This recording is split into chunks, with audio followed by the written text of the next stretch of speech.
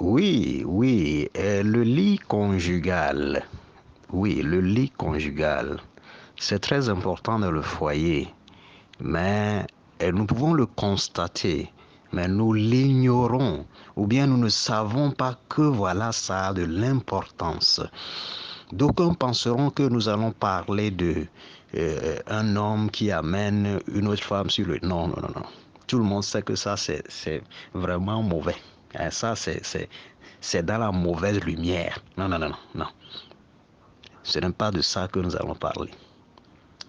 Mais allons seulement dans la Bible où l'apôtre Paul, dans 1 Corinthiens, chapitre 7, verset 3, disait que le lit conjugal, ou bien le lit de mariage, doit être une place de mutualité. Ça veut dire, mutualité veut dire tu me donnes et je te donne.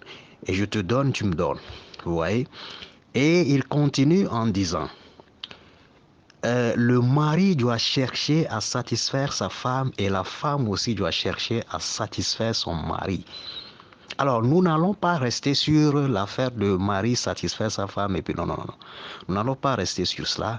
Mais nous allons vérifier la première phrase qui dit que le mariage, le lit conjugal ou bien le lit de mariage doit être un lieu de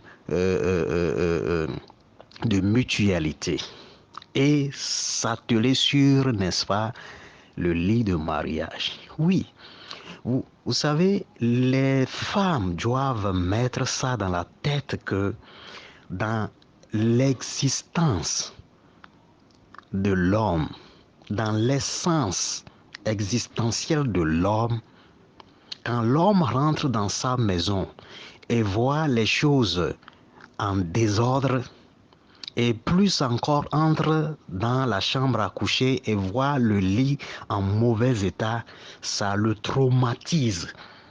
Mais seulement, il ne va pas le dire. Il ne va pas le dire. Mais il encaisse tous ces genres de choses-là au fin fond de lui. Vous voyez?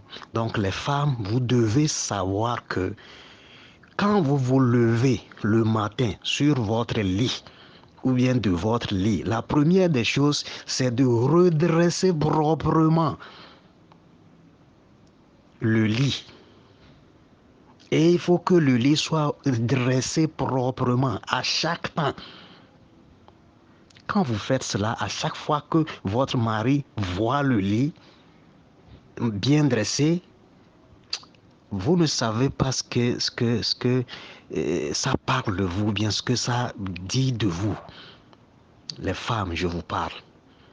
Donc, ayez conscience de cela et faites cela pour garder toujours et toujours votre mariage ou votre mari. Merci.